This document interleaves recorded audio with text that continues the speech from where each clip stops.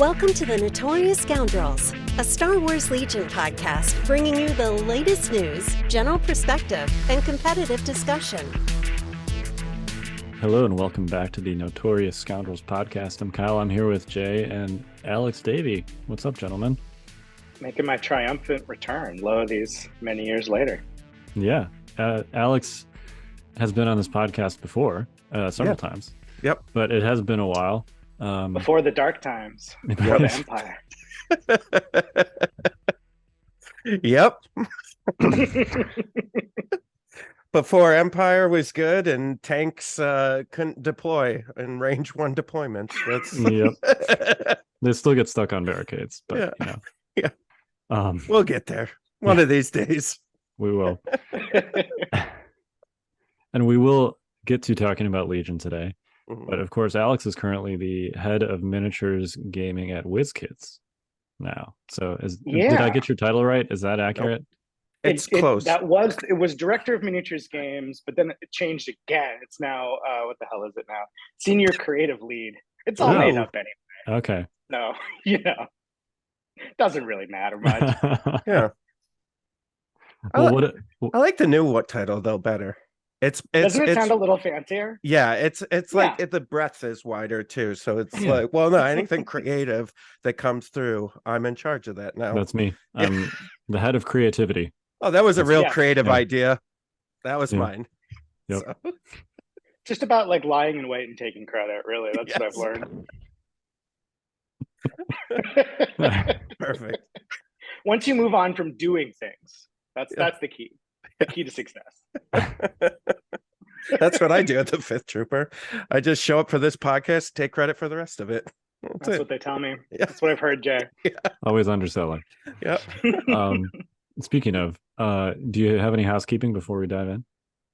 No, you know what? If you want to hear more people like Alex Davy come on the podcast, or if you want him to come back, you should support us on Patreon.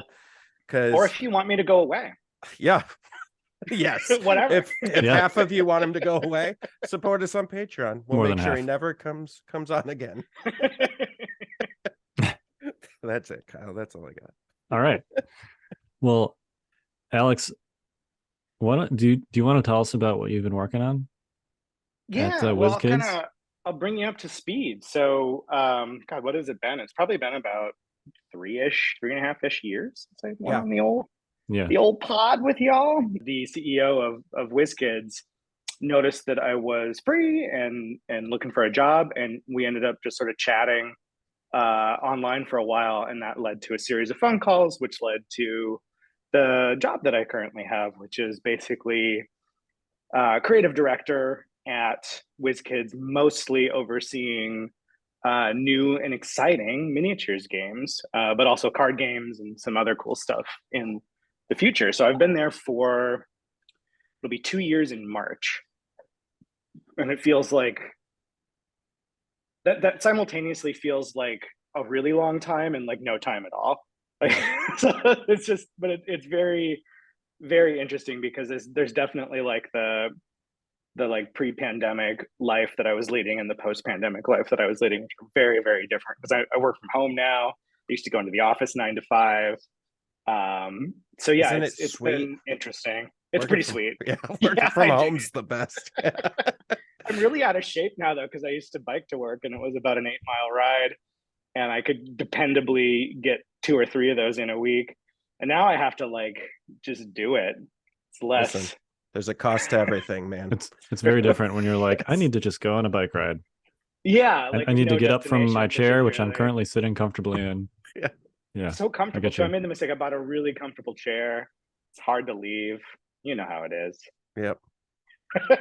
Boy, do I. The job is good. I'm digging that. And we're kind of at the point, because there's such a long lead time in this industry when you're working on projects.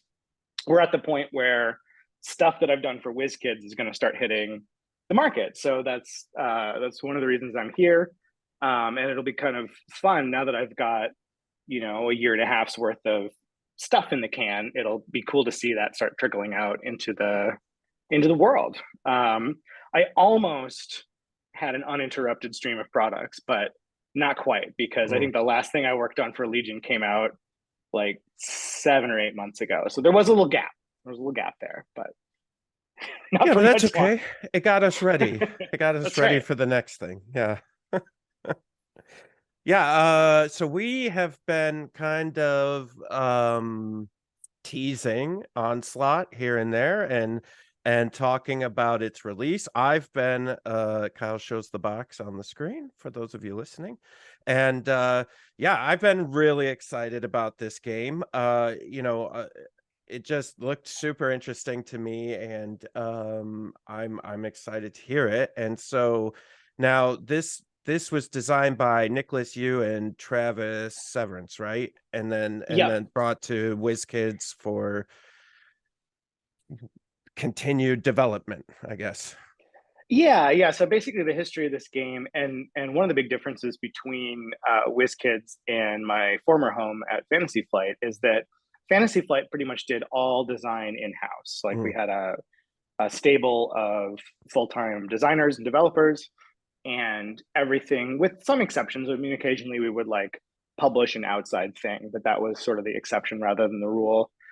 For the most part, it was all content being generated in-house. And WizKids is very different. We use contractors for like almost everything. The board game department, I think, is almost exclusively contractors. So this is a game that was sort of midstream when I joined the company, and had been, approved and sort of ushered through its initial stages. The core design was finished, and I basically just took a look at it and spent a bunch of time tuning it up, like tweaking things here and there, just doing the sort of editorial work that a creative director does, getting art assets, getting map design, getting all that fun stuff together, which was pretty interesting because I had sort of been adjacent to all of that in my previous role, but not having to really do any of it. So all of a sudden I had to sort of be an art director and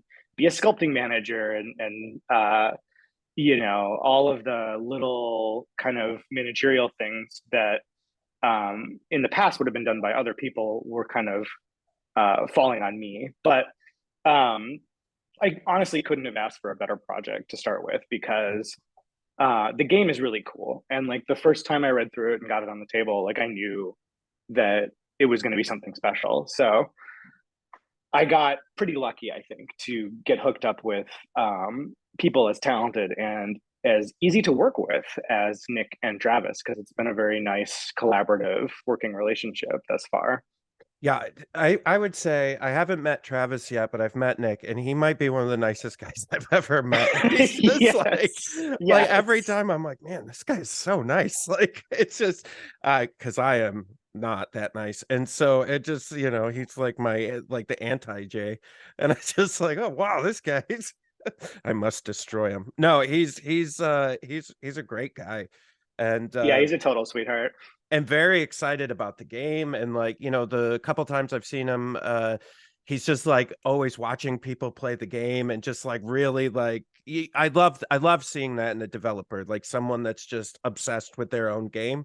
That like something good is going to come out of that, because the passion behind that is just so great. Yeah, he reminds me a lot of the way that I was plugged in when I was like really in the thick of like X-Wing development, like just making ship after ship and just being very excited to do that every wave. Yeah, and it's funny, like Nick is definitely a sweetheart, and Travis is a little saltier. Like he's a great guy, but like he will tell you exactly how he feels and what he thinks. So it's a good pairing, I think. Yeah.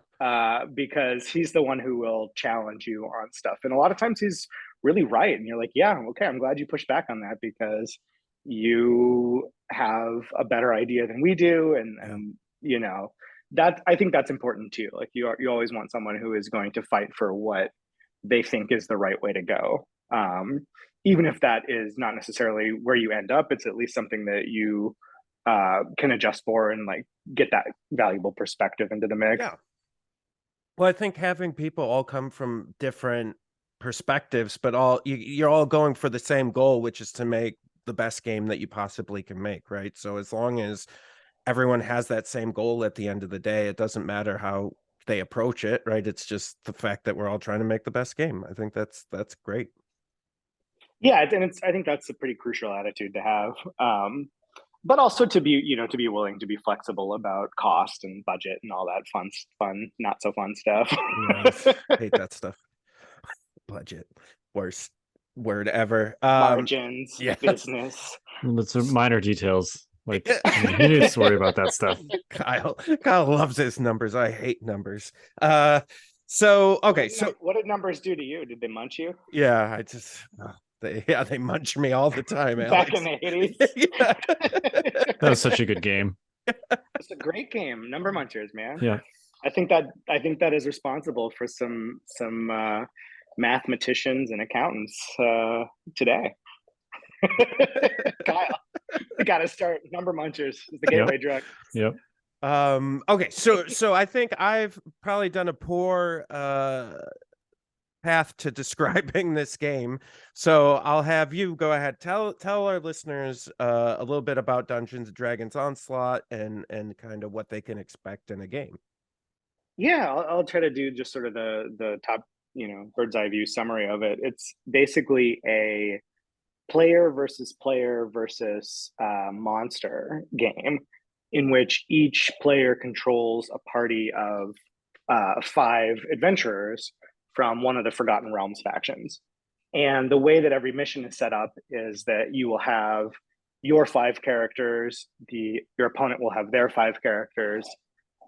Each character has a different role. So it's kind of like a MOBA in that respect, where you've got a healer or a range damage character or a vanguard tank type character.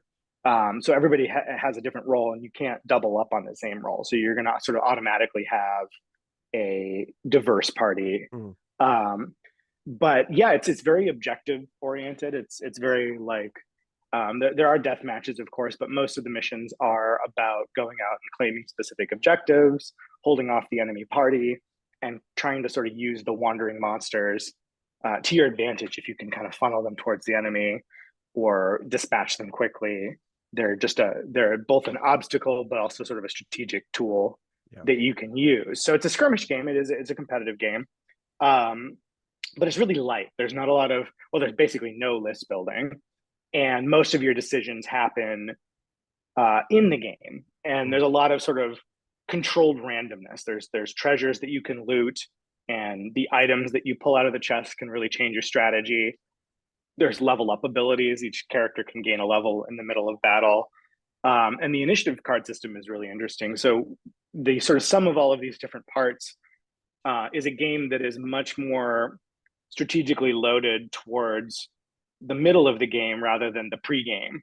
I think Legion has a lot of turn 0 stuff. There's a lot of list versus list analysis and strategy, and a lot of the times you can kind of know what you're doing from the moment you deploy your first miniature. This game, you really don't know what's going to happen until you start opening chests and sort of see what occurs. And I think that leads to a lot of you have to be very tactically flexible to be good at the game. You can't have any sort of preconditioned ideas, and whatever your opening strategy is, you have to be prepared to change it, which is, I think, a lot of fun. Yeah, I would agree. And to that point, like when you're selecting your characters for this scenario, like you're bringing them in, but you really don't know what the scenario is going to be. So you're just like, I think these guys work well together, but I got to be careful and just like make sure I've got, a wide variety in case something crazy happens. But yeah, that's one of my favorite parts, I think, is the you were talking about the monsters, and there's this weird, I call it an AI system, but it's kind of an AI system where the monsters go on a certain timing and they do what they're supposed to do, but you can manipulate the situation as your party so that they do go after your opponent, or or make sure you're far enough away so they're not coming towards you. And I really liked that part of the game. And Kyle's got one of the miniatures. Yeah, that's one of the gnolls. But yeah, and man, it's so cool. And I think even though that you have to fight your opponent and the monsters like at the chest. Like you said, you still don't really know what's going to happen in the game, and that's one of my favorite parts. So, well, and the variety of monsters is huge too, because it is a D&D game. So you have everything from lowly kobolds to extremely impactful things like ettins and trolls, young black dragons, and stuff that's gonna the dragon, of course, that's gonna really dominate the scenario that they're in. And the dragon is actually capable of totally party wiping 2 full parties. So when you end up fighting the dragon in the finale, there's a really interesting dynamic in which you're still trying to win, you're still trying to do better than your opponent, but if you spend all your time just fighting the enemy party, it's entirely possible that the dragon can win the entire campaign, which I think is a lot of fun. But yeah, the AI system is cool. Like it's very much like a sort of a computer code. Like this monster will do this, but whenever there's sort of a choice between 2 valid targets, like if the monster says something like move towards the closest character as their initial AI system, that works up until the point that there are multiple characters that are equidistant. And that is when the human control kicks in, which I think is the key to the system. When you have a tie for choice, the non-active player gets to choose. So you end up going, and that the active player alternates back and forth every round. So you sort of end up having more control over what the monsters will do every other round. So you can kind of direct them towards what you want them to be doing. And a lot of times you can kind of kite them around. There's a lot of similarities between Onslaught and something like a World of Warcraft raid, where you're trying to like pull the monsters in the right direction and get everybody in the right place and have all the right roles. But the X factor, of course, is that the other player is trying to do the same thing to you, so that you've got that competitive side of things, which I think is it's very much like a dungeon crawl game, like something like Descent or Gloomhaven or something like that. But instead of just fighting AI monsters, you're fighting another human being and AI monsters. And I haven't really seen a lot of that out there, and so I think it's quite unique in that regard. Yeah, because in the games that I've played, it becomes it can switch like turn to turn. Like sometimes you're like, all right, I'm gonna fight my opponent and I'm gonna try to go at him, and then other times you're like, oh god, we're gonna have to like do this together, because if we don't, like this whole side of the board's gonna get wiped by like this troll or something, and so it's just a really interesting strategic dynamic where Legion or most games, it's just like, okay, here's my objectives, I have to beat my opponent, and this one's like, okay, I need to get this objective, but I think I'm gonna have to team up with him for a little, or her for a little while in order to make this happen, because otherwise we're both gonna die right here. Yeah, absolutely. You end up fighting the same monsters, kind of working sort of together, sort of against one another.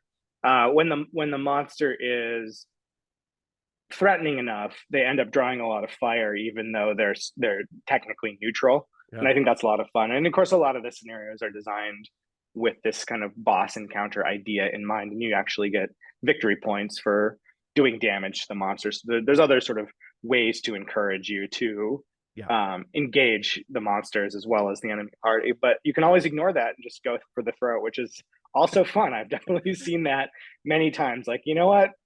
I'm not worried about this monster. I'm just going to go for taking out all your characters, and then that's how I'm going to try to win. So it's a lot of you can play the same mission a lot, and it can go very, very differently every time you play. Yeah, for sure. And like the combinations of the characters, and who's next to who and who's out front, because if for anyone who's played D&D, it's very much in that same vein where you have like your paladin or your cleric who's going to be tanking, and you put them out front, and then your healer's holding back because she's got to, again, like World of Warcraft, like raids, right? Like, okay, I'm a healer, I got to hold back and just heal up the team. And that dynamic from D&D is in there. And the way I've been telling everybody, I go, it's like, you play D&D? Yeah. Okay. You know how the battles take forever and they take like 4 sessions? Yeah. Okay. This just that, but sped up to like 90 minutes or 70 minutes or what, depending on how long. But yeah, it's all that great stuff from and all those cool feats and powers and everything from Dungeons and Dragons, but you could play it in a smaller time frame and get through it quickly, which is pretty amazing. Yeah, and I think that's one of the things that Nick intended from the get-go. I remember in some of our earliest meetings, he was talking about this being a game for D&D combat enthusiasts that you can kind of play either in between sessions or like before a session really gets going.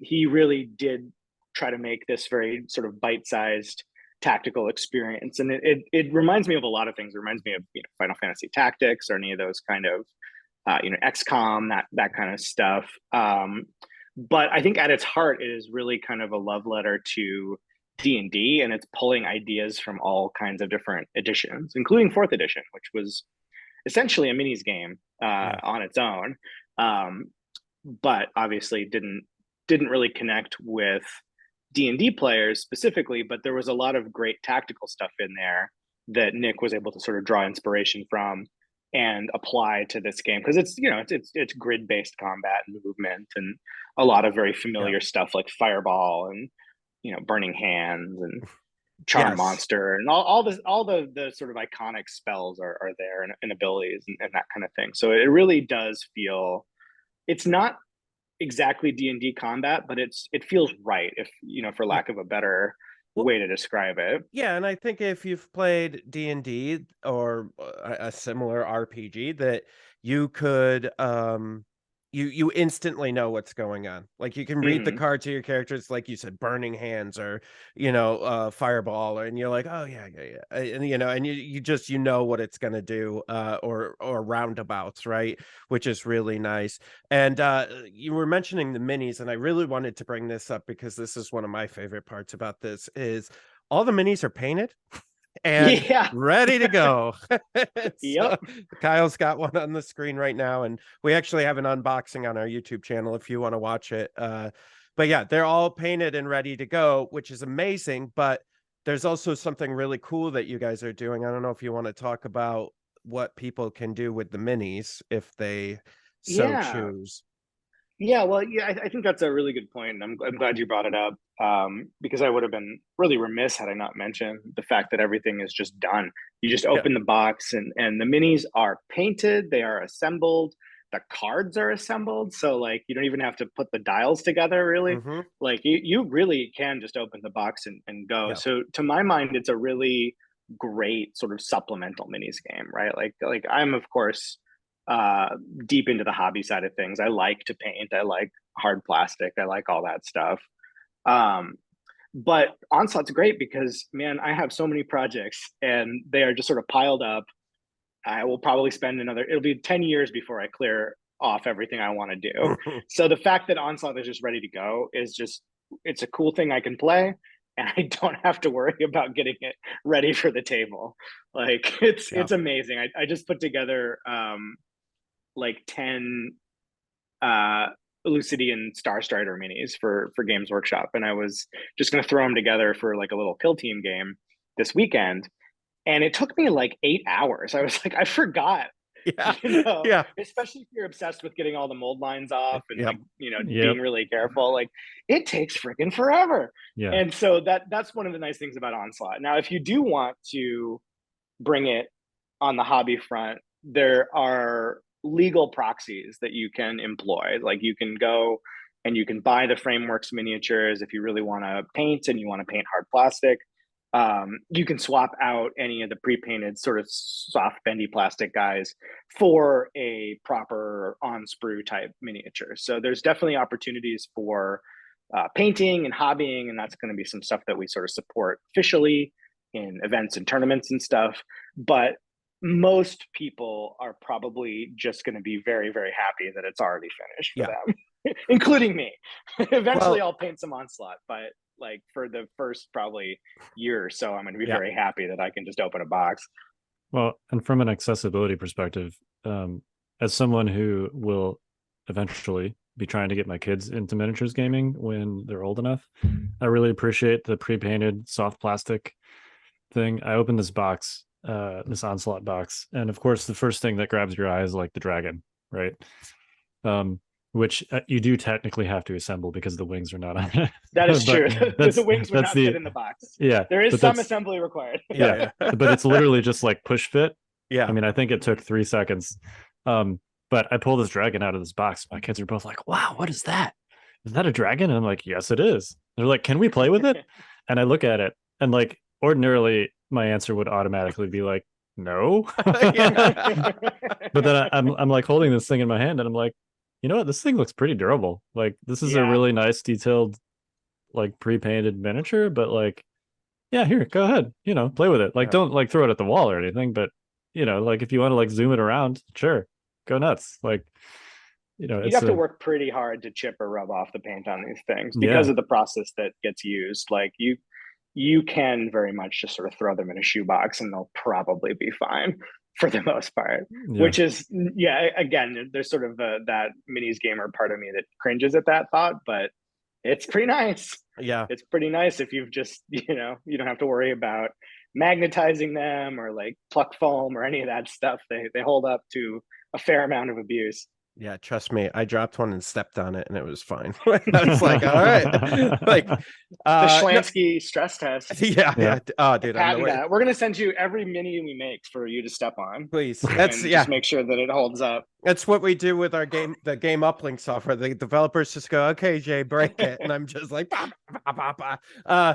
But yeah, no, I love the whole proxy list idea, because one of the things outside of like being able to hobby your own, I was thinking was, Wizkids for years and years and years have been doing these minis. I've used them in D&D games. Like, we've all done that, right?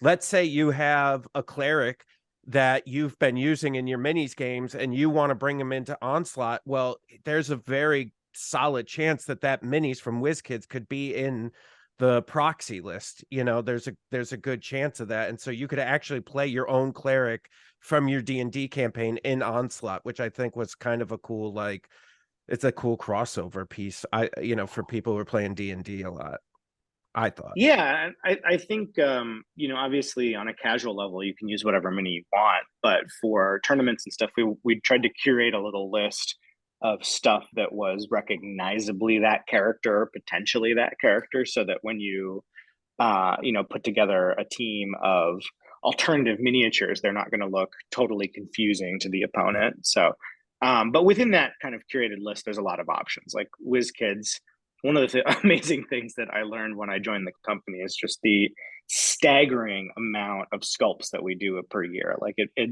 is mind blowing. Like if you've ever walked into a game store and seen one of those like walls of Nolzur's miniatures, like we do hundreds and hundreds and hundreds of sculpts per year.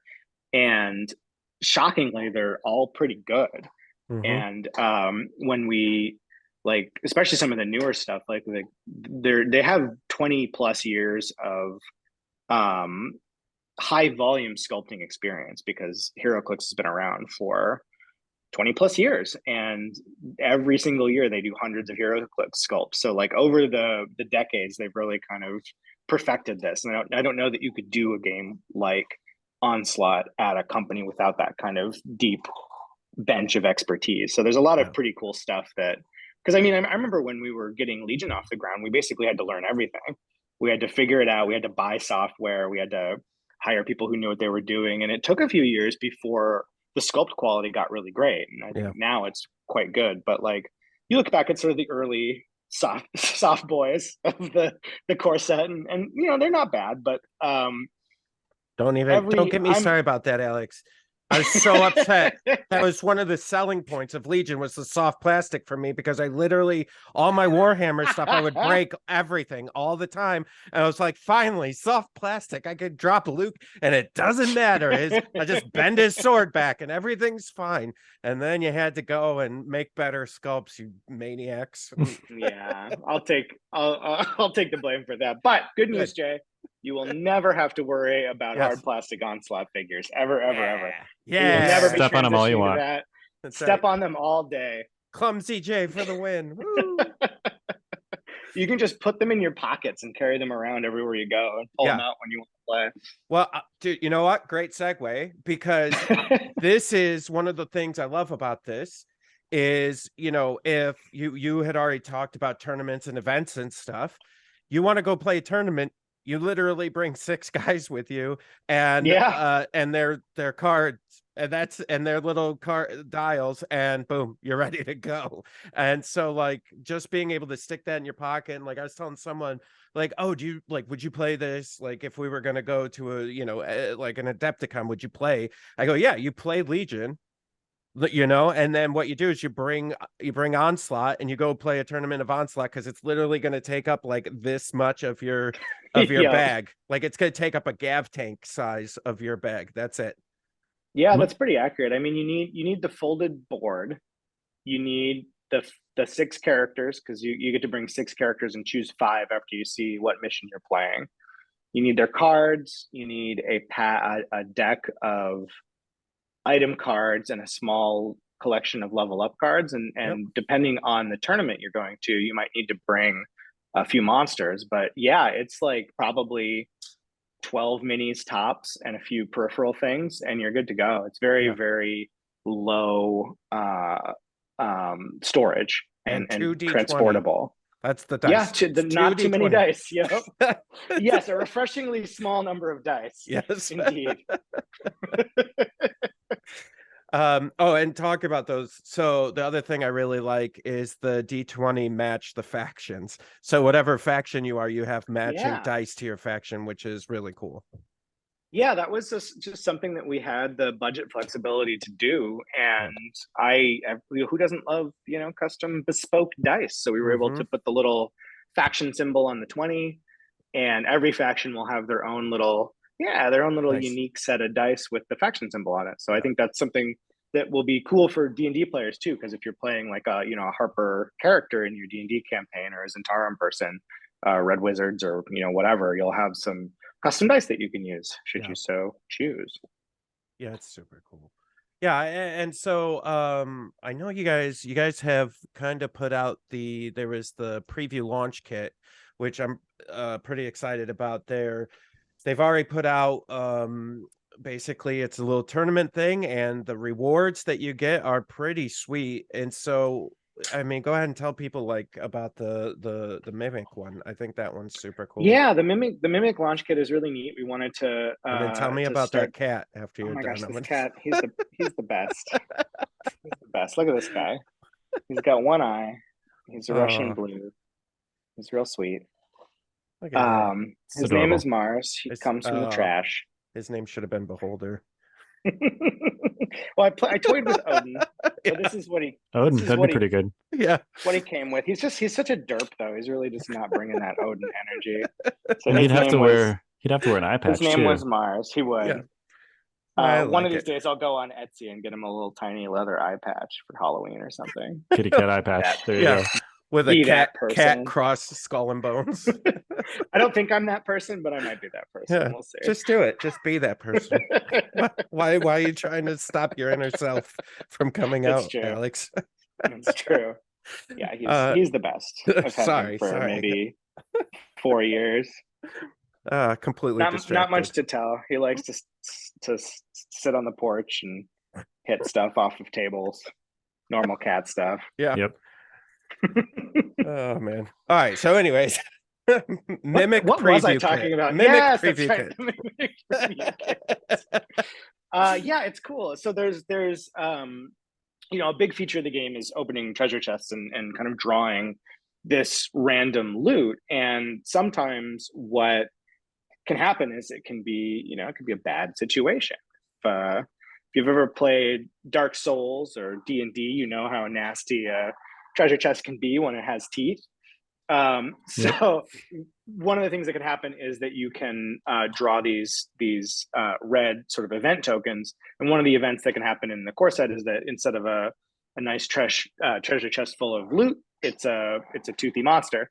The core set doesn't have any miniatures to represent the Mimic, so the launch kit gives you all the animals are here now.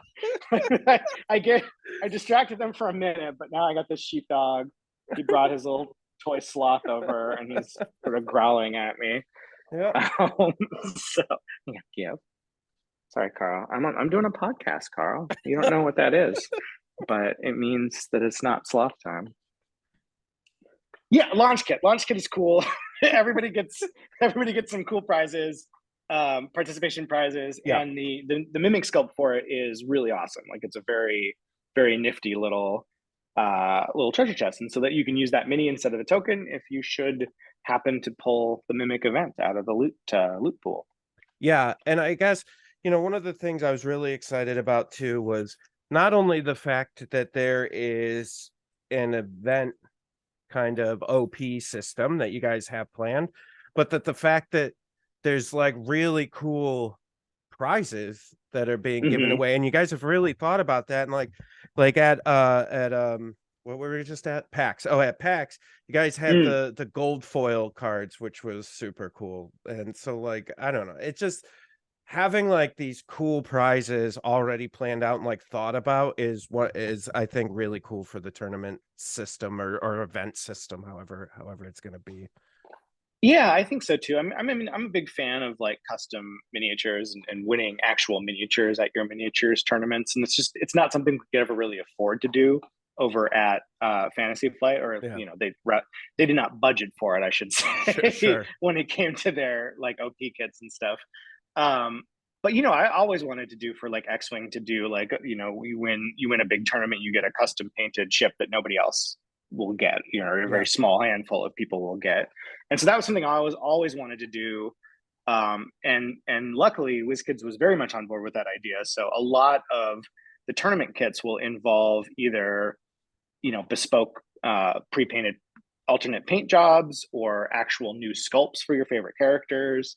And I just think that's neat. So they put a lot of energy into their organized play system. If anybody out there's ever played HeroClix, that they have really, really amazing prizes. Like that's a big draw for a lot of those events, is being able to win something very exciting in terms of sculpt and figure power level and that kind of thing. So Onslaught, there's not going to be any sort of game advantage. You can't go to a tournament and win a better character, but you can go to a tournament and win a cooler sculpt or a unique sculpt for one of the neutral monsters and stuff like that. So yeah, there's the launch kit that very shortly after launch, there's going to be store support kits for people who want to run tournaments or leagues, foil cards and minis, and just a lot of fun stuff to really hopefully hype players up and get that initial engagement, because minis games really, they really thrive on that initial engagement. And so knowing that, there's of course going to be a big push early on to get as many people interested as possible and sort of build that community, because that's really everything. That's what keeps the game alive. That's what keeps it interesting for people. And so we're putting a lot of energy and resources behind that push. Yeah, I think that's great. And so for our listeners, being mostly Legion, if you are going to Adepticon, the Wizkids will be running some of those tournaments and events at Adepticon, and so that'll be really cool to go sign up for that play, and you guys can see firsthand how that whole OP system is going to work. I think that's going to be very exciting. Yeah, we're going to be there doing demos. We're going to be selling stuff. I can't remember exactly or whether I'm able to sort of disclose exactly what's going to be there, but I'll just say generally, one of the things that we are excited about is the opportunity to do convention specific events, to do custom scenarios and stuff that are not going to be available outside of the convention, maybe like a post online afterwards and that kind of thing. But it'll just be this experience of like, you go and you show up and you have no idea what you're going to be playing until you see, at the same time as your opponent, what that scenario is going to be. And that's really fun. That's pretty rare in the world of minis gaming, where you're actually totally surprised by a scenario or by that kind of experience. So yeah, we're just looking forward to designing cool encounters and various fun things for people to engage with, both on the competitive side of things and just kind of like fun one-offs, like team up with folks to take down a big monster or like explore a new dungeon, that kind of thing. Really kind of lean into that sort of role-playing aspect of things. Yeah, I think it's great. Okay, so when can people buy this game? I believe the official release date is January 18th. I think we're on track for that. You can pre-order, of course, at wizkids.com or through your friendly local gaming store. And we made a lot of it, so hopefully it'll stay available for at least a few months. But if it is something you're really excited about, of course, grabbing it early is always advised, because print runs do run out, especially when you're launching a new game and you're not totally sure about what that initial demand is. But yeah, it's coming soon. I'm kind of scrambling to get all the tournament rules finalized and all the assets ready for launch as well. So tomorrow I'm really going to hit the ground running in the new year and finalize all that stuff. Yeah, I'm excited about this. I think this is going to be great. We will be putting out content, so you guys can see that. And then I'm really excited about it. So I've been playing it here. It's a great game. I highly recommend it. It's a nice, like, even if you're not going to do the tournaments and stuff like that, it's a great game for home. Like, it's really easy to explain and really easy to put on the table and play at a game night. So I highly recommend it. Again, we're going to be doing a ton of content, so stay tuned on our YouTube channel. And so I think it's time. We talk Legion. All right. I mean, that is this podcast. So thank you for indulging me on Onslaught. I'm hyped for it. I'm excited that you guys are excited. I'm looking forward to the stuff that you produce. It's nice to be able to read, the Fifth Trooper blog about stuff that I worked on again. I have been following some of the Legion stuff, but I'm, obviously very out of the loop from a design perspective at this point. But I'm psyched. You guys have got a lot of fun stuff in the pipeline. I'm looking forward to all that. Yeah, it's just a fun game. Like, D&D in itself is just like a fun world to explore and talk about, and there's just so much depth to it. And having a semi-competitive miniatures skirmish game really helps to like ignite my excitement. Anyways, I'm super stoked about it. So I don't know about you, Jay, but if I don't have a human being to crush and dominate and ideally humiliate, the game just doesn't have as much luster for me. Yeah, so, that's exactly right. I like a dungeon crawl fine. And you can't really do that to the DM, because it's not really fair. Like, that shouldn't be an adversarial relationship. Sometimes it is. Right. I mean, I guess there were those old Hackmaster tournaments where you would bring your. But that's that. I don't think anyone even does that anymore. It's so goofy. I kind of wish that I was could go back in time and participate in one of those just to sort of see what it was like. What it's like. Because, I had growing up, I had a DM like that, and it was. Oh wow. It was not fun.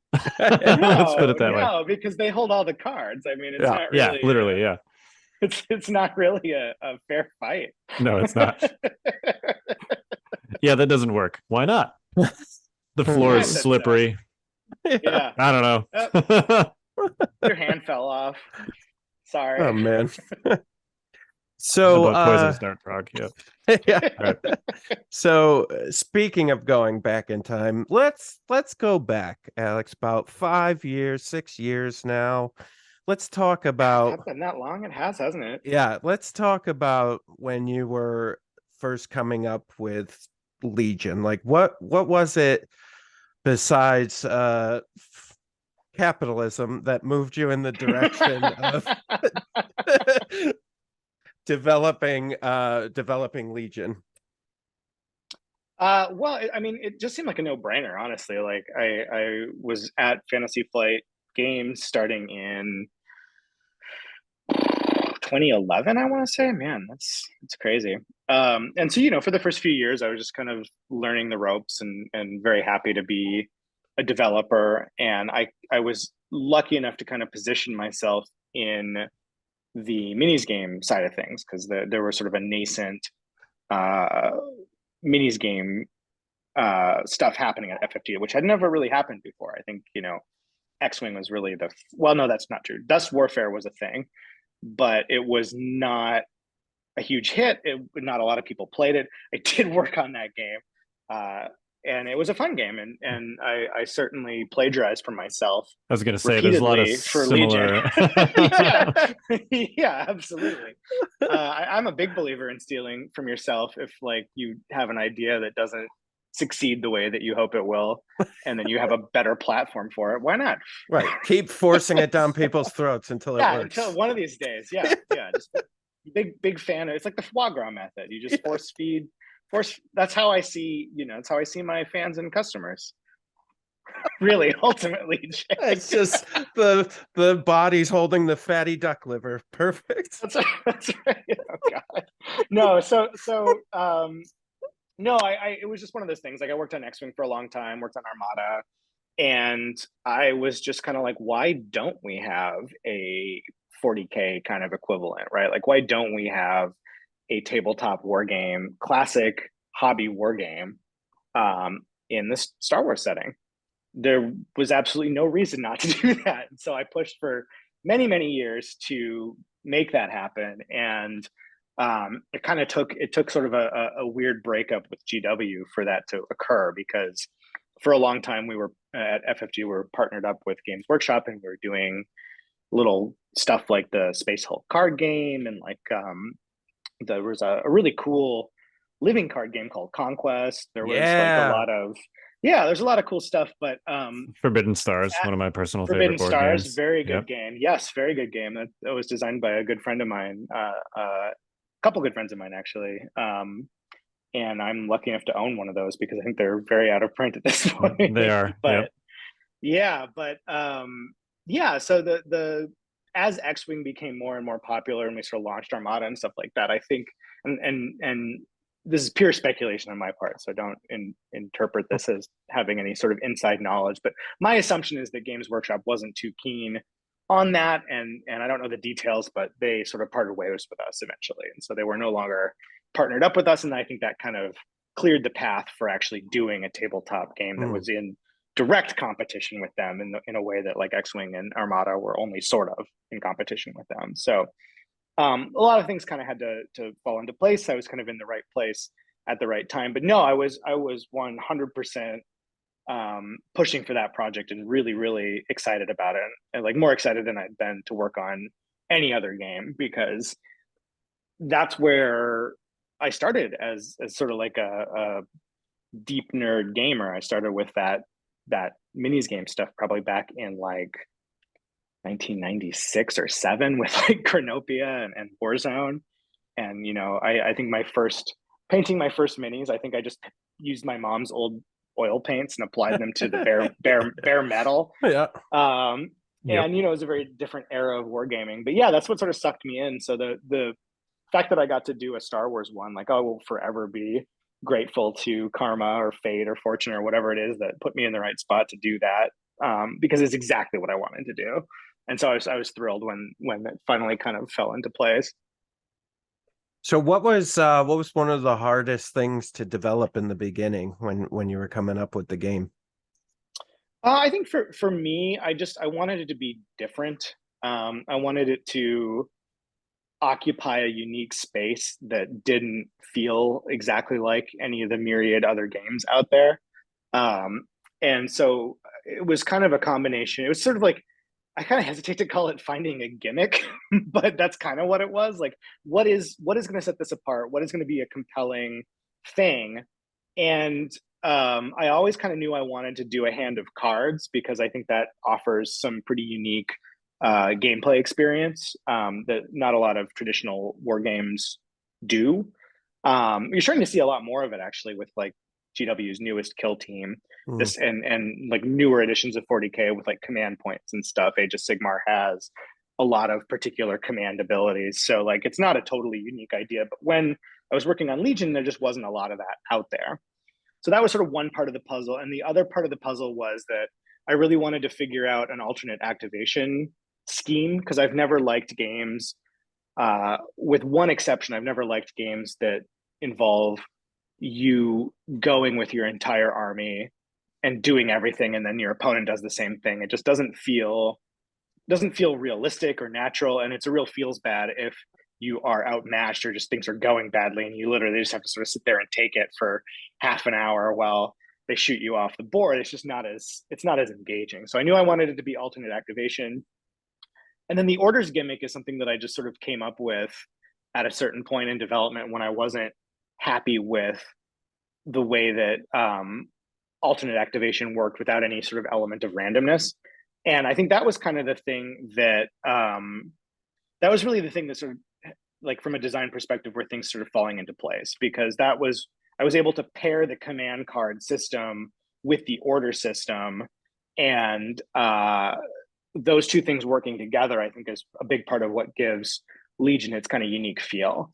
Because most of the other stuff in Legion is not all that, different or special, right? Like you roll dice for attacks, you roll dice for a defense. Cover is pretty much exactly how it worked in Dust Warfare. Just a very simple, effective system. My cat is attacking the camera lens. But yeah, so I put a lot of the creative energy into getting that order and command card system right. Once I had a workable set of dice and like a functional unit card and that kind of thing, like that was kind of all I was looking for on that level. And there's a lot of little sort of quality of life improvements, like moving a whole unit at once using the leader. But that was just stuff that I wanted to implement because I don't like moving 80 guys individually around a board and measuring for every single one of them. So there's just a lot of stuff that annoyed me as a wargamer that I tried to smooth over. But I wouldn't say any of that is really like integral to the design. That just kind of like makes your life a little easier while you're playing the game. So I mean, but it went through iterations, right? Like the first idea I had was that every single unit would be actually unique. So like instead of having ranks, you would just put out, like, if you had a 10 activation list, you'd put out the number 1 through 10 on every single one of your units.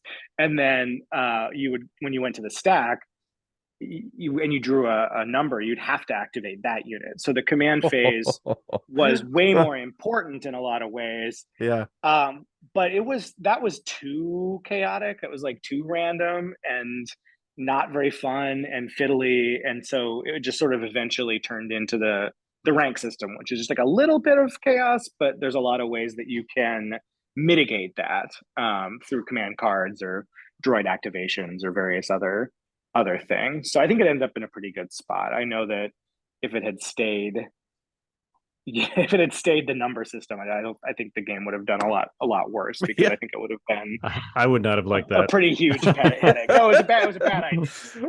Like there's a lot of bad ideas that kind of ended up on the cutting room floor. So, and a couple of good ones that I wish had made it in, but one in particular that I think would have made things a little bit more interesting. At one point I had a critical defense symbol on the defense die, so that like, but as I was going through development, like I couldn't think of anything else for it to do except for to ignore Pierce.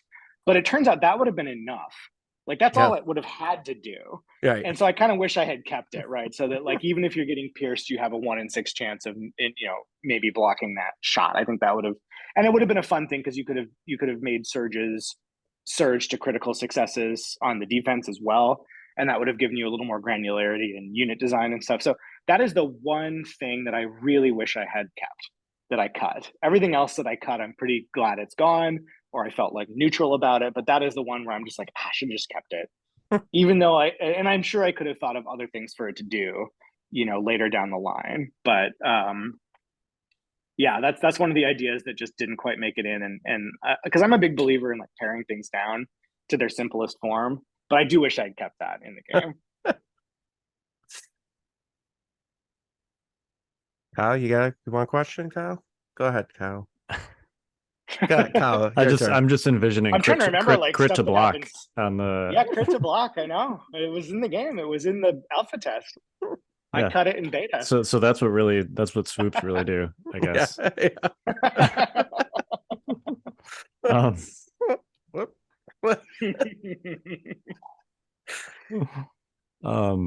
Yeah, I don't know. I mean, sorry, I have more. I got it, Kyle.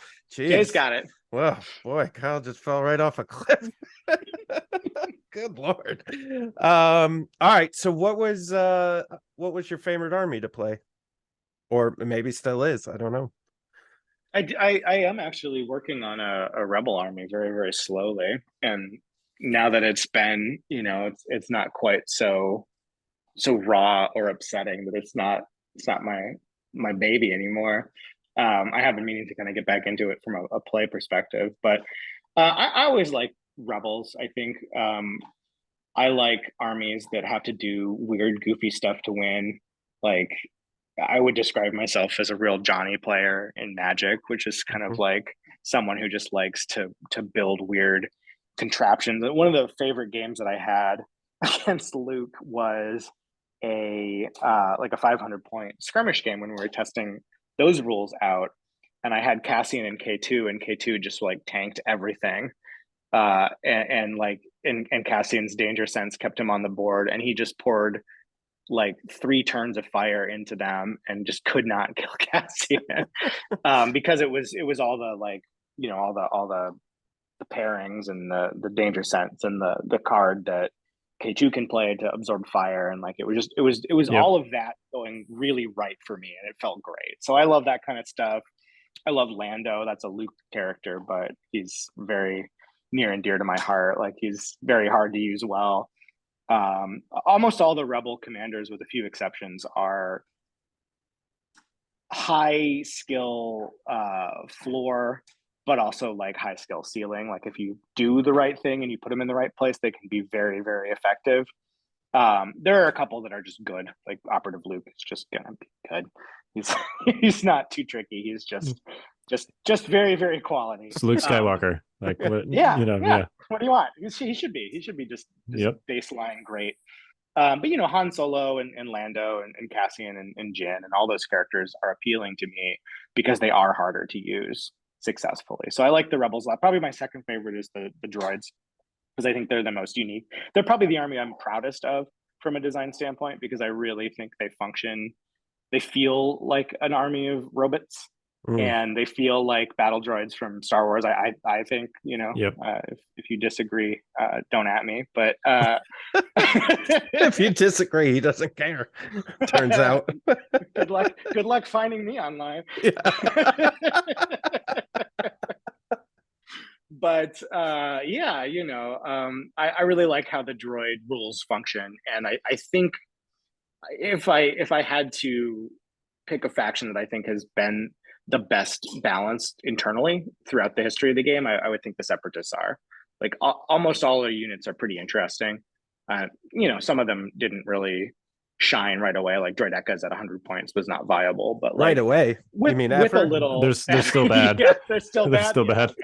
Okay, I feel bad about Droidekas. I wish I'd made them cooler. Sorry, everybody. We all do.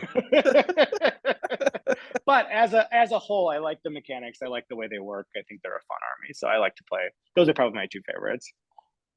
Nice. Probably followed by Clones. Probably followed by Empire. I like Empire a lot, but they're like the baseline army. Like, they're the most simple army, and just sort of the goal for them was just to be simple, effective, and just feel like kind of a difficult to deal with force. That kind of could do everything. Yep. And at the moment, they sure can do success. Yeah. Right. Say that one got nailed. As someone that is currently playing Blizzard Force, I got no complaints. Yeah, well, I take no credit nor blame for that particular subfaction. Perfect. So I'd like to just ask you this really important question. Where did you get the idea? Sorry. Wow, cat paw in the air. That looks like a back leg, which means I think butt cleaning is. You know what's occurring. going on. Yeah. You know what's going on. Yeah. This is what animals do. They're like, you seem busy. I'm gonna sit right next to you and attend to my personal hygiene. For those of you on our YouTube channel, you're getting a show, a real show. You're getting today. Mars Cam, yeah. Perfect. Oh, I mean, man, he's more interesting than I am. So Alex, I want this on the record. I have said for the last couple of years that you and Luke very much stole the battle forces from me and Evan. Is that true or false? It's false, but I don't know. Maybe Luke stole it and he just whispered it to me. It's like Inception. Yeah, he may have incepted that into my brain. Yep. I think that was a case of parallel development, but I don't know for sure. I can't say for sure. Oh, come on. You could say Just say it. You're like it's all you, Jay. You invented it and I stole it. Thank you. I'm all coming I clean. wanted. Finally coming clean. Finally, I had you on. This is all I wanted. Oh my God. No, I'm just kidding. Can you stop sending me angry letters? No. I can't. I'm obsessed with them now. I had to get a PO box. I had to move twice. I think you're right. I mean, it just makes so much sense. Why wouldn't you do that? Right? Like eventually that is what had to happen.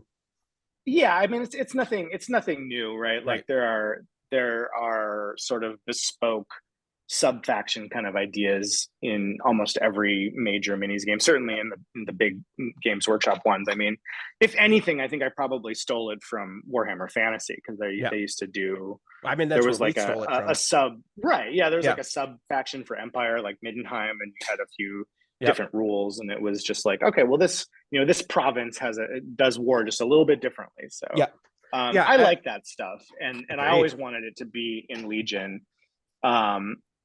When applicable. I mean, I think Star Wars didn't have a lot of that until recently, but from the films, of course, you've got stuff like Hoth is a no-brainer. But with the new media and some of the newer stuff, like Saw's Renegades would be a great sub-faction. Be amazing. There are some cool ideas that you could do with a post Return of the Jedi Empire. Yep. A sub-faction that was going to bring in some mercenaries and like, supplement the diminished ranks of the loyal Empire troops with some other weird stuff. So there's a lot of opportunity there. And I think when it's done right, it adds a lot to the game. And what it should be doing is it should be giving you far fewer options. And as a counterbalance to that, some bonus abilities. Yeah. But they're tricky to balance because a lot of times they're either too weak because you've taken away too many good options and they're not capable of really working anymore, or they're too strong because you've given them too many bonuses to compensate for this lack of options. So as with anything, it's a matter of balance. And one of the things I'm really happy about with modern wargaming in general is that they have finally kind of universally embraced the idea of updating stuff and making patches and changing balance, and I think that's really important. I think a lot of big companies resisted that for many years, but like everybody's doing it now, which is good. It's definitely a good thing. Yeah, I mean, even GW, like their business model for decades was basically like shut up and buy our stuff. Yeah, wait for the next codex. Maybe Chaos will be good again. Yeah, right. And now, like, it is still an unbalanced mess, but it's definitely not from lack of trying. Like, they put out articles themselves on their community page that's like meta watch articles where they analyze stuff that happened recently. Like they talk unheard of for Games Workshop. Right. Tournament scene, like they just pretended that didn't exist. Right. Yeah. Warhammer is a game to be played with your mates over a beer, and if you're thinking too hard about it, you're doing it wrong. Yep, exactly. Perfect. That was a perfect. I'm sure it was a spot on British accent, no flaws. That was pretty good. Yeah. Mr. Johnny Warhammer himself, CEO of James Workshop. James Workshop. There you go. Yeah. Yeah, they finally realized that tournaments sell miniatures. So, and it's not everybody's going to play a tournament. I mean, I think it's like 10% of people who are interested, but it drives everything else. Even if you're just a casual player, like I sort of kind of sometimes think about playing Age of Sigmar, and I will still read up on the meta and the tournament reports and stuff. Like I've never even played a 2,000 point game. I don't know that I'll ever go to a tournament for that game, but like it's still fun to pay attention to. Well, it gives you something to kind of aspire to. It's the most visible part of the game. Yeah. Right. Well, and that's like when somebody walks into a convention or into their local game store and they see the tournament being played and they see all the cool models, they're like, what's that? And then it sells it. Whether they come and play the tournament too, you're still at least selling the box and getting into it. Where are we going, Alex? Oh yeah, Shaggy Dog. I had to get my Shaggy Dog on the channel. Perfect. Yeah. This is three topics today, really. Yeah. I mean, even just at PAX, like there were a ton of people. That's obviously a convention that draws a lot of people that aren't even necessarily miniatures gamers because it's a board gaming convention, but there were a ton of people just walking by the Legion tables and doing kind of like the walk and then like stop and come back and be like, whoa, like what is this? You know, this is a Star Wars miniatures game. What is it? Like, tell me about it. Like that happened a ton at the tournament. Gaming. Yeah, that's what sucked me into Warhammer when I moved to the Twin Cities for college. I remember very vividly remember walking by Phoenix Games in Uptown, and they had a big window that spanned the whole store. And they were doing like the Siege of Middenheim. And so there were like 20 people. There was a huge castle. There were like 1,000 miniatures. And I'm like, what is this? and then I went and I bought a bunch of stuff like basically immediately. So I think that's very true. It's like when you see something that you haven't really seen before. And the tables at PAX looked amazing. The Legion tables, there were some, I went around and took some pictures because there were some really stunning ones. And that's the kind of cool thing that happens with a wargaming community is like, you will build a library of cool shit. Yeah. And Legion is very much, at that point and has been for a while. Like you have a lot of people who put a lot of work into doing really creative, cool stuff. And tournaments is kind of where that stuff comes out. Yeah. And even if you're not a big competitive guy, just going to a tournament and even if you lose every game, just getting to play on cool tables and see everything that's painted up and that's a big draw for a lot of people. Yeah, it's huge. It's great. Those tables were all beautiful. Those are all Nick Brobner's tables. I call him Brobner. I think you're doing it on purpose at this point. I am doing it on purpose. I told him he's like the faction from Keyforge. I go, so I'm calling him Brobner from now on. All right, one last question. Well, Rick Grognard did a great job. Yeah, Rick Grognard. Oh, he's gonna hate this so much, and it makes me so happy. All right, here's my final question. Are you ready? Lay it on me. What game, not your own, is your favorite game to play right now? I'm gonna say Infinity. Infinity is great. It is about it's pretty much the deepest end of the swimming pool when it comes to wargaming because the rule set is very alien. It's doing a lot of things that no other game does. The active turn, reactive turn nature of the game, the way that like every single enemy figure can shoot at you if you do anything, and the way that you kind of have to position and sort of stack active turn bonuses. It's kind of like your opponent. You take turns. Your opponent builds a fortress, and you try to break in. And then you try to have enough actions left over to build your own fortress when it goes back over to their turn. And earlier I was talking about hating turns where you move your whole army and then your opponent moves their whole army. Yeah. And there's something about Infinity that I should hate even more than that, which is that a single miniature in your army can take every action in your turn. Yeah. So you can have one guy Rambo through the entire enemy force. And it feels very wrong from the sort of simulationist perspective. And it's like doing everything wrong, right, on the face of it. But because it's brave enough to do that, and because it's really well balanced and really interesting, within the context of Infinity, it works.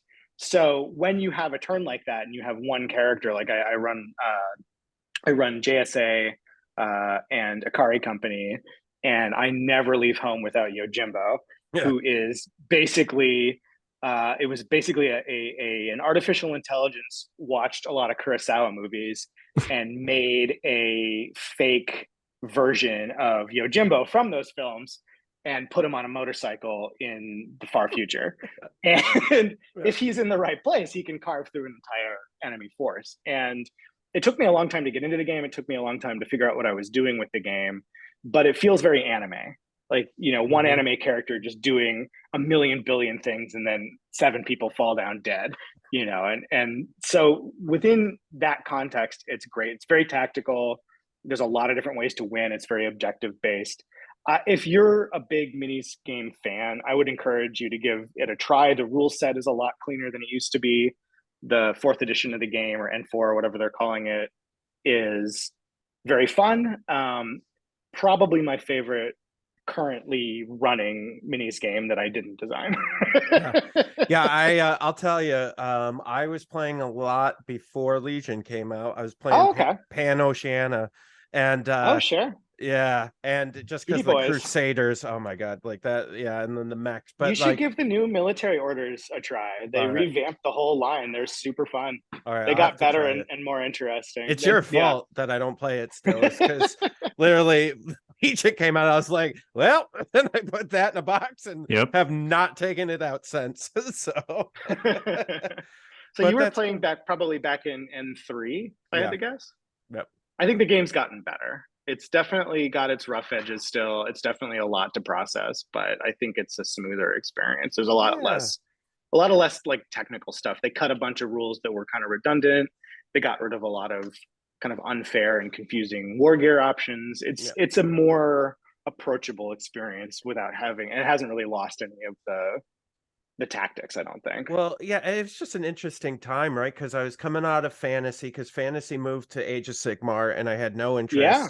And so I started playing Infinity, and the buildings, like all that's terrain. The terrain is so beautiful for that game. And so it is. And then Legion came, and I was like, oh, we can move this terrain over to Legion too. And so that, it was just like this weird mix between fantasy and Infinity at that time. And so, Yeah, the same thing happened to me. I mean, I was huge into Warhammer Fantasy, and when that got exploded and became the Age of Sigmar, I really didn't like the first stab at it, which was basically, 5 rules written on a cocktail napkin and pretending to be a game. But I feel like Sigmar has clawed its way into something that's kind of interesting. Like, I actually have been playing a little bit of Age of Sigmar lately. It's doing its own thing. I have my criticisms of it, but it is fun, and I think is a genuinely interesting game. And I like where they're going with their more sort of specialist games too. Like, Warcry is pretty interesting. I mean, it borrowed a lot from Saga and stuff like that, but it's light, it's fun, it's fast. First edition was probably a little unbalanced and a little too simple, but they just came out with a new edition that feels pretty fun. And I think Kill Team is an excellent game. I think Kill Team is actually very, very good. It's the first, GW game in a long, long time that I would give kind of an A grade to, because it's got a lot going for it. And it's doing a lot of really fun stuff with the equipment phase and like the selecting cards. And it does a lot of stuff that Onslaught does, where you get to kind of tailor things based on the mission you're playing, which I think is a really smart idea and makes things really interesting. So I'm looking forward to playing more of that. I think it's a really good time for minis games, like across the board. There's a lot of good stuff out there. Right. Yeah. I agree. And Onslaught is I think it's poised to be a really fun experience. I'm really looking forward to seeing tournaments and seeing what people do. It's going to take a little bit before it gets really, really interesting, because eventually every faction will have 14 characters to choose from. So at that point, assembling the 6 characters that you want to bring to a tournament and then picking the 5 characters or however many the mission specifies for each game is going to be really, really interesting. And I think that's when the meta will emerge. But, right out of the gate, I think once there are sort of 4 factions with 6 characters each, I think even that is going to be deep enough. It took Legion a long time to get interesting, if I'm being honest. Like, it probably took a solid year. It was about a year, I would say. Like, any real variety. Yep. That was just sort of the pace of manufacturing and releasing. But I think Onslaught's going to be pretty compelling right out of the gate, which I think is a really good thing. And it's just the nature. It's just a smaller game. You just, you can put out a lot more options a lot faster. Yeah, whereas, I agree 100%. And like, for those of you in the box, there's 6 scenarios and they're all great and they're great to play and fun. But like, I'm way more excited about the future and like the tournament structure and all that stuff. Like, I think that's where this game's really going to shine, and I'm really excited for that. Yeah, well, we're going to have 6 tournament scenarios up at launch. We're going to have, awesome. In short order, some new scenarios that players can engage in. One of the things we're trying to do is kind of tap into that giant wall of minis and create content for pre-existing sculpts so that you can just buy like a really cheap, little packet that has cards and rules and stuff in it, and then go out and, if you want to go and acquire the miniatures that go along with that, you can, or you can proxy or whatever. But that's a way that we can put out a lot more content a lot quicker, because we don't have to manufacture that. We already did, and we already have a huge backlog that we can, lean on. So there's going to be a lot of that kind of thing where it's like, hey, do you have this ogre and the beholder and, or a lich or whatever? Well, you can play this free scenario, or you can go out and buy this packet that gives you a whole new campaign. So it's definitely something that's going to have more content than a new minis game usually would, which I think is important. I agree 100%. I'm really excited.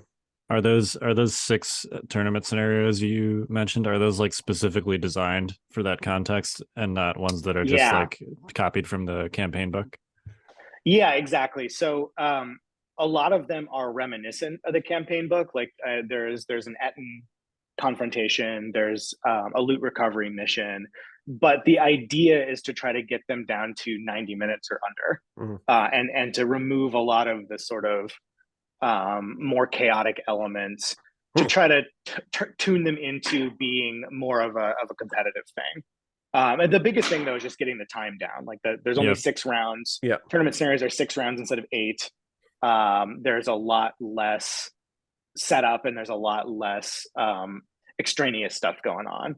But I think that they kind of preserve the essence of some of the most fun scenarios in the core set. Like there's a horde one, there's an Etten one, and then there's a loot recovery one, and there's a few that are just unique, that are not referencing any existing scenarios. But that's another thing. Like we can just continue to design new ones as tournament seasons go on. And I think eventually, I hope we'll be in a position like Infinity is, where they have many, many, many years worth of pretty balanced and popular missions. And then every season they can just pick a set. They'll pick like 14 of them or whatever, and they'll add a special like seasonal rule that keeps things interesting. And that's just a cool place to be. So we're going to try to basically fill out that side of things as quickly as we can. So the goal is just to keep people on their toes and to keep the game interesting, and to not have those kind of lulls or doldrums that you have as a lot of games, spin up. It's kind of learning from experience, and just leveraging some of the tools that we have, and some of the nature of this game is going to make it easier to get it up to speed a lot quicker. I can't wait. I'm so excited for this. I'm psyched too. I'm really curious to see what sort of consensus emerges in terms of like what faction is the best, or what characters are the best to pick. That's always a lot of fun to kind of like see people, like, because it's been getting a lot of testing, but I mean, we're still talking about hundreds of people instead of many thousands of people, and there's always stuff you didn't expect. I find that pretty interesting when it hits the wider audience, because you can predict with a certain degree of accuracy what's going to happen, but a lot of stuff about Legion surprised me. A lot of stuff that I thought was going to be strong wasn't. A lot of stuff that I thought was okay was maybe overpowered, and it's always interesting to see what people end up actually doing with it. Yeah, I'm excited. Kyle, are you excited? I am, as someone that has always loved and played D&D, like from the days of my youth, but has not had time to like properly do a D&D campaign since I had entirely too many kids for that purpose. I've always like really enjoyed the tactical aspect of it, and now this is just a nice like bite-size thing that I can kind of sink my teeth into, and enjoy that way, instead of having to go through like a whole, not to disparage the full D&D experience, which I'm very much sad that I have not had the time and the bandwidth to do recently, but this feels like a great kind of outlet for that. So I think so too, because I'm the same way, and I don't have children except for these beasts, but I haven't really played much D&D. I'm in a sort of Zoom-ish campaign right now, but we even with remoting in and Roll20 and that kind of thing, it's still pretty hard to get a session going.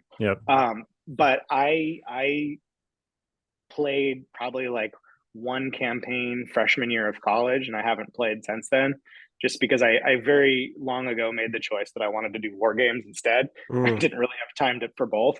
Yeah. So, but for me, it's great because like, exactly, I love D&D, and it's really fun to have that kind of Forgotten Realms adventure. That I remember like playing Baldur's Gate when I was a kid, and just like, it feels very nostalgic, but also very contemporary in terms of the way that its rules are built. It doesn't feel like going back in time and playing Hero Quest or something. Like things have evolved, right? Gaming has evolved.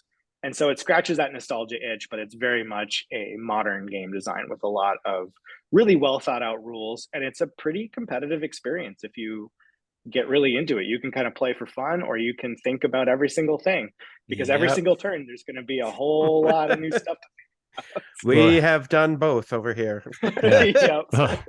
And I'm sure it won't surprise you to know that the first thing I did after reading this rule book was I started looking at all the hero cards and comparing them to each other. Yeah, actually, I've got some questions for you, actually, Kyle, because you do have that kind of laser brain when it comes to statistical analysis and stuff like that. So if you could point, I want you to make a prediction. I want you to tell me what the most busted character from the Harpers and the Zentarum are. One character from each faction, if you think any of them stand out above the others. So I hesitate to do this because I have not actually played the game yet. All I've done is look at the stuff. So I don't want to, like, even though I could make a judgment call just based on looking at the cards, I'm not sure entirely how fair that would be. Okay. We'll give you some time. Well, and for the listeners and for Alex, we are writing, we're going to be putting out articles starting the end of January, beginning of February on the game, and we're going to be breaking down every character for each faction.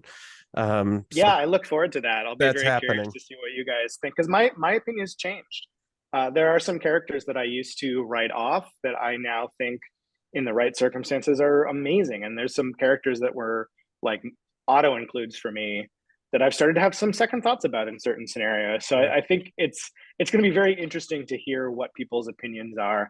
I do think that there are some standouts. There are certain characters that are kind of faction defining and almost always worth taking. But especially as more expansions and stuff come out, I think we're going to see some very different approaches to the game and very different play styles. Yes, indeed. Yes.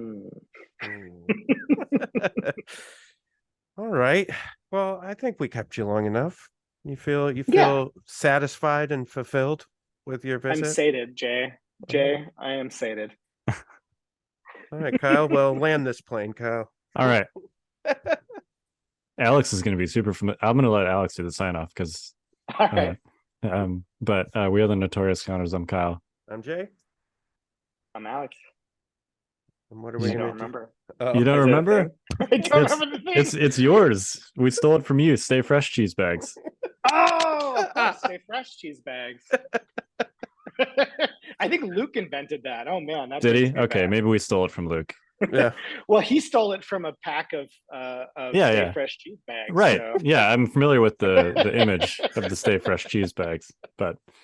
Anyways. Well, I biffed it, but Stay Fresh cheese bags. I guess I'm sorry I put you on the spot for that one. No, that's okay. No, it's fine. Torture them. That's what we're gonna do with our guests from now on. Just torture them. All right. This was pretty light. This was pretty light torture, Daddy. Okay.